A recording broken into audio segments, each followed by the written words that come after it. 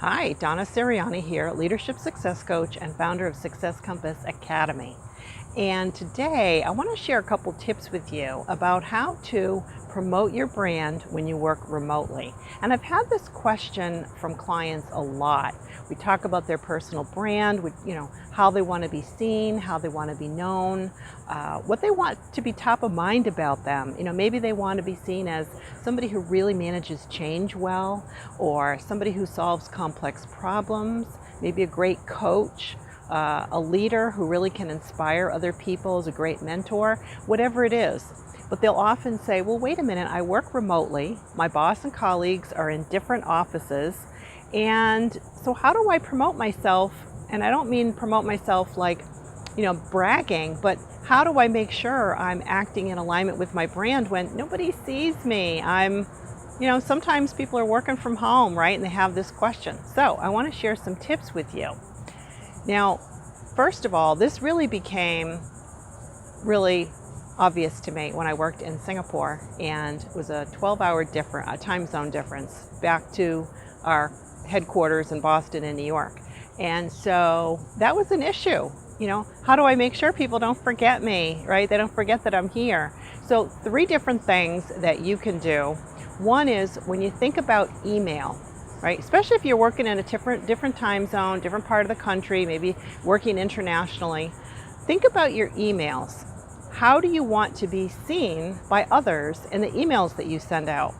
Now, the first time I realized what a big impact this would have was when I was in an operational role. I was leading a client operations organization, and we were used to, at least in Boston and New York anyway, we were used to writing these short email messages, to the point, really quick, very concise. Here's what I need. Yes, no answer, just really short.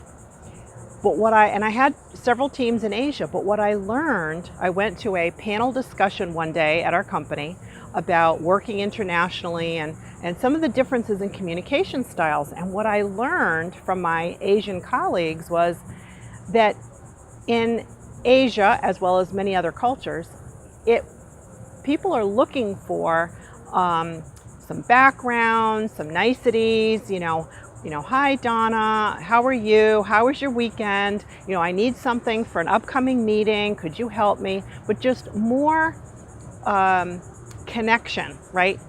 And when I was writing those short little terse emails, I didn't realize that they were coming across as abrupt. I had somebody that worked for me in Asia said, oh my God, Donna must be mad at me because this email was just quick and to the point. So that completely changed how I write emails and being very conscious of how the email comes across, right? Because so much of communication isn't the words you say, it's how you say it. It's your tone of voice, body language, facial expressions, right? So much can be misinterpreted when someone's just reading a short message. So anyway, if you work remotely and you want to make sure you're, promoting your brand, it's consistent with how you want to be seen and known, be sure to, first of all, be deliberate. What do you want to be known for? So let's say, for example, you want to be known as somebody who's strategic.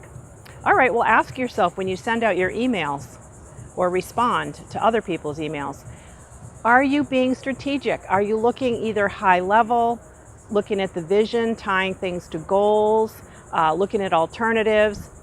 Are your emails coming across as somebody who's strategic? If instead you're like way down in the weeds, too much detail, kind of meandering, your thoughts don't connect, really didn't come to a conclusion, right? Someone's not going to read your email and say, oh, he or she is so strategic, right? You got to think about how that email is, all your emails are constantly forming an impression. Okay, so that's tip number 1. Tip number 2 is your conference calls.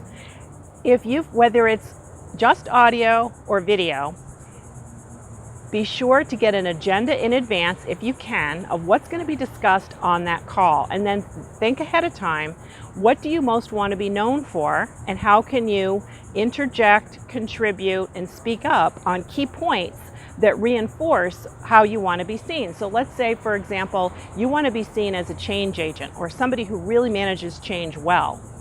And you know that there's a conference call scheduled for next week, get the agenda, and then what do you want to share during that call proactively so that you're really reinforcing, what points do you want to bring up about how we can prepare for the change, what is the benefit of the change, how's it going to impact us, what things should we be looking at, right?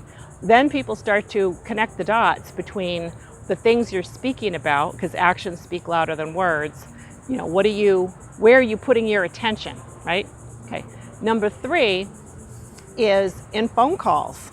I once had a colleague when I was in Singapore, he was in London, and he always made the effort to reach out to me proactively on a phone call just to touch base. It didn't have to be urgent, but just constantly checking in with me. Now, that I found, I was really appreciative of that, because sometimes when you're working remotely, you get so caught up in the work you're trying to get done that you forget to reach out to people. You can build and nurture those relationships through conference calls, email, private individual phone calls.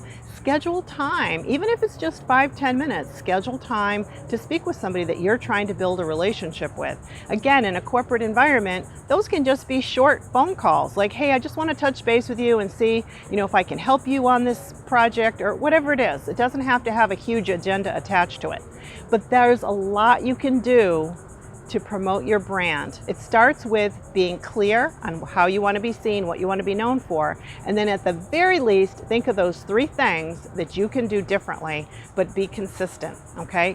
And you also want it to be authentic. Anyway, lots more, but I just wanted to share those tips with you today, because I get that question a lot. Just because you're working remotely doesn't mean that you don't have a lot that you can do, right, to reinforce your reputation. So hopefully those tips were helpful, and if they were, I would love for you to subscribe to my YouTube channel, Donna Seriani. Anyway, you have a great day.